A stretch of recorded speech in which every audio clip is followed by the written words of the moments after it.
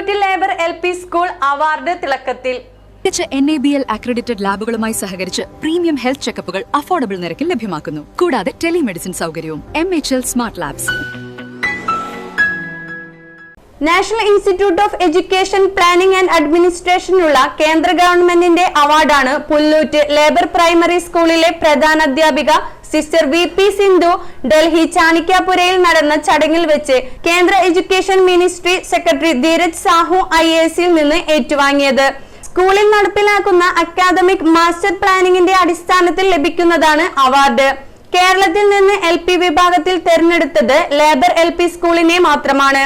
School വിദ്യാർത്ഥികൾക്കായി നടപ്പിലാക്കുന്ന പദ്ധതികളെ മുൻനിർത്തിയാണ് national institute of education planning and administration award നൽകുന്നത്. ഇന്ത്യയിലെ വിവിധ സംസ്ഥാനങ്ങളിൽ നിന്ന് 55 സ്കൂളുകളാണ് അവാർഡിന് അർഹയായത്. പഠന മികവിന്റെയും എക്സ്ട്രാ കരിക്കുലം ആക്ടിവിറ്റീസുകളുടെയും അടിസ്ഥാനത്തിലാണ് സ്കൂളുകളെ അവാർഡിനായി പരിഗണിക്കുന്നതെന്ന് സിസ്റ്റർ VP സിന്ധു വ്യക്തമാക്കി. 2022 മുതൽ നമ്മുടെ വിദ്യാലയം തിരുവനന്തപുരം സെൻട്രലായി തന്നെ സെലക്റ്റഡ് ആയിട്ട് വിദ്യാലയമായിട്ട് അപ്ഗ്രേഡ് ചെയ്തിരുന്നു. അതിനെ തുടർന്ന് നവംബർ മാസം 1, 2, 3, 4 തീയതികളിലായിട്ട് തിരുവനന്തപുരത്ത് സ്കൂളിൻ്റെ മികവുകളുടെ അടിസ്ഥാനത്തിൽ സെലക്ഷൻ കിട്ടിയിരുന്നു. വ്യത്യസ്തമായ മികവുകൾ, അതായത് എക്സ്ട്രാ കരിക്കുലർ ആക്ടിവിറ്റീസ്, പഠന മികവുകൾ, കുട്ടികളുമായി രക്ഷിതാക്കൾ തമ്മിലുള്ള ബോണ്ട്, ഇതിനൊക്കെ അടിസ്ഥാനപ്പെടുത്തിയിട്ടാണ് നമുക്ക് തിരുവനന്തപുരത്ത് ഒരു സെലക്ഷൻ കിട്ടിയത്.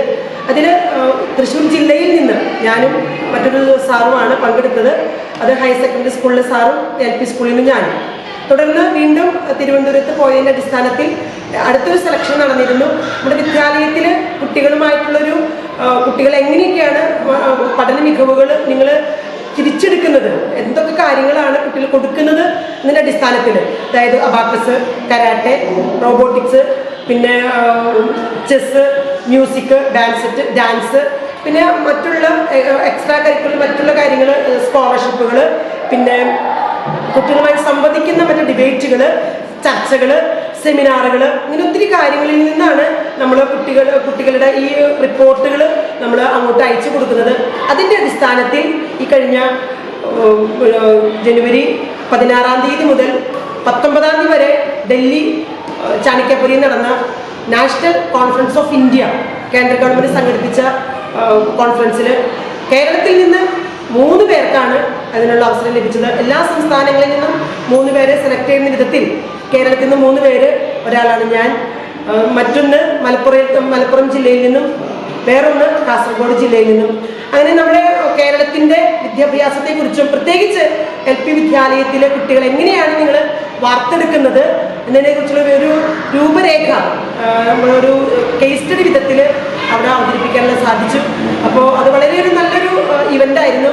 നമ്മുടെ ഈ പ്രദേശത്തെ, നമ്മുടെ ഈ വില്ലേജുമായി ബന്ധപ്പെട്ട നമ്മുടെ വളരെ സാധാരണ ജനങ്ങൾ താമസിക്കുന്ന നമ്മുടെ ഈ പ്രദേശത്ത് എത്രമാത്രം കൂട്ടായ്മയും സ്നേഹവും കൂടിയാണ് താമസിക്കുന്നത് എന്നുള്ള കാര്യം ഡൽഹിയിൽ അവതരിപ്പിക്കാൻ സാധിച്ചു.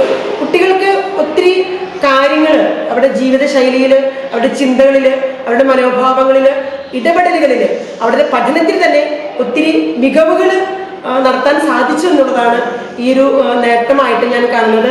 അപ്പം അതിൽ 3-4 ദിവസത്തെ പരിപാടിക്ക് ശേഷം എഡ്യൂക്കേഷൻ മിനിസ്റ്ററുടെ സെക്രട്ടറി സാറാണ് ഞങ്ങൾക്ക് അതിൻ്റെ സർട്ടിഫിക്കറ്റ് വിതരണം ചെയ്തത്. വളരെയധികം സന്തോഷമുണ്ട്. അപ്പോൾ നമ്മുടെ വിദ്യാലയത്തിലേക്ക് അധികമായിട്ട് കുട്ടികൾ വരണം. ഓരോ കുട്ടിയും പേഴ്സണലായിട്ട് അണ്ടർസ്റ്റാൻഡ് ചെയ്യുക, പേഴ്സണലായിട്ട് സ്വീകരിക്കുക, പേഴ്സണലായിട്ട് മനസ്സിലാക്കുക, അവരുടെ കുഞ്ഞു കഴിവുകളെ കണ്ടെത്തി അവരെ മികച്ചതായിട്ട് വളർത്തുക എന്നുള്ളതാണ് നമ്മുടെ വിദ്യാലയത്തിൻ്റെ ലക്ഷ്യമെന്ന് പറയുന്നത്. ഇവിടെ ശക്തമായൊരു PT ഉണ്ട്, അതിശക്തമായൊരു അധ്യാപകരുണ്ട്, വളരെ സ്നേഹമുള്ള നാട്ടുകാരുണ്ട്. എല്ലാവരുടെയും പിൻബലത്തിൽ ഞാൻ വിദ്യാലയം ഇങ്ങനെ മുന്നോട്ട് പോകുന്നു. ഏറെ സന്തോഷമുണ്ട്. ധാരാളം കുട്ടികൾ വിദ്യാലയത്തിൽ വരട്ടെ എന്ന് ഇതിനകം ആശംസിക്കുകയും പ്രാർത്ഥിക്കുകയും ചെയ്യുന്നു. ഒരിക്കൽ കൂടി നമ്മുടെ വിദ്യാലയത്തെ, അതായത് ഡൽഹിയിൽ ചെന്ന് നമ്മുടെ കൊടുങ്ങല്ലൂർ പ്രദേശത്തെ തന്നെ മൊത്തമായിട്ടൊന്ന് വിശദീകരിക്കാനും ഈ കൊടുങ്ങല്ലൂരിൻ്റെ പ്രത്യേകതകളൊന്ന് പറയാനും കുട്ടികൾ സ്വീകരിക്കുന്ന ഈ വിദ്യാഭ്യാസത്തിലൂടെ കുട്ടികൾക്ക് നേരിടേണ്ടി വരുന്ന പ്രശ്നങ്ങൾ മനസ്സിലാക്കിക്കൊണ്ട്